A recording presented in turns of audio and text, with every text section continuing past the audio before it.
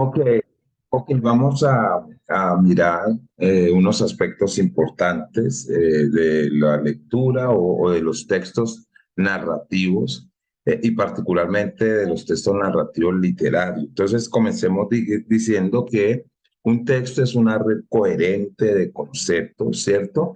Eh, que forman una unidad de sentido y que tiene una intención comunicativa.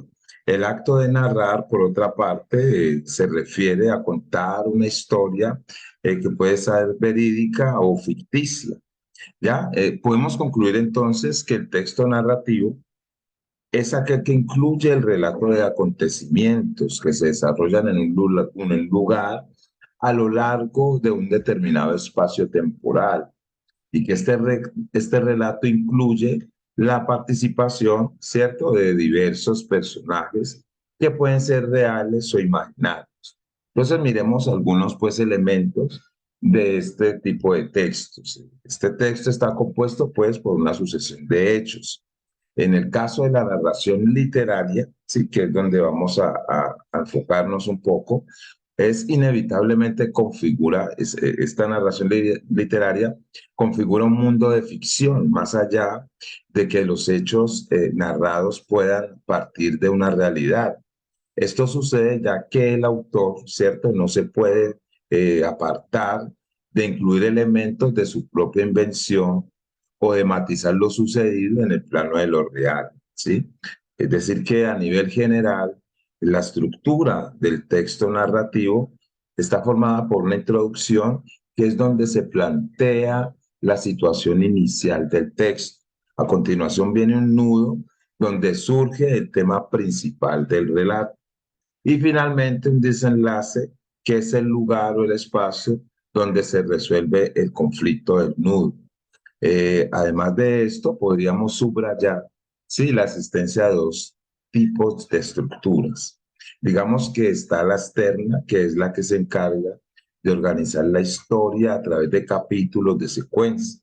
Y por otro lado, nos toparíamos con la interna, que es la que gira en torno al orden de los acontecimientos que van teniendo lugar.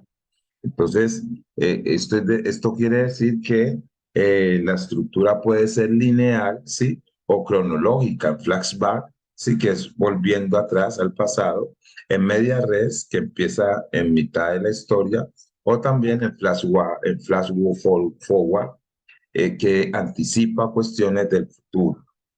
Entonces, es importante subrayar también que en el momento de analizar este textos narrativos, se deja patente que en él mismo se hace fundamental la figura del narrador, ¿sí? Que es quien nos lleva de la mano por toda la historia al lector, ¿no? A nosotros los lectores. Entonces, este narrador puede ser en primera persona, en segunda persona o en tercera persona, que se conoce también como un narrador omnisciente.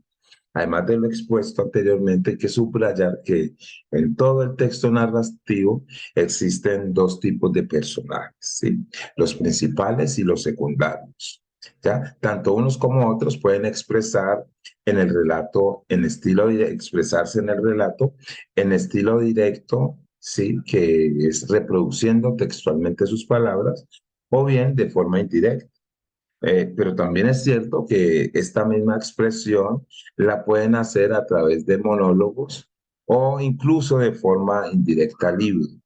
Finalicemos también mencionando que un elemento también que puede ser determinante o imprescindible en estos textos son el espacio, ¿no? El espacio que es donde se desarrolla la historia y el tiempo. El tiempo puede ser de dos tipos: externo, que es en la época en la que se sitúa la historia, e interno es el periodo de días, meses o años que duran los acontecimientos. Dentro del texto narrativo, perdón, pueden distinguirse entre los elementos internos, digamos, allí se encuentra el narrador, el espacio y el tiempo.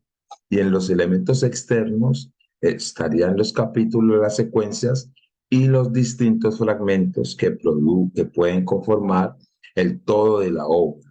Entonces, digamos que entre los distintos tipos de textos narrativos, se puede mencionar el cuento, que es una narración breve eh, de ficción, la novela, que tiene una mayor complejidad y extensión que el cuento, y la crónica, que relata hechos reales.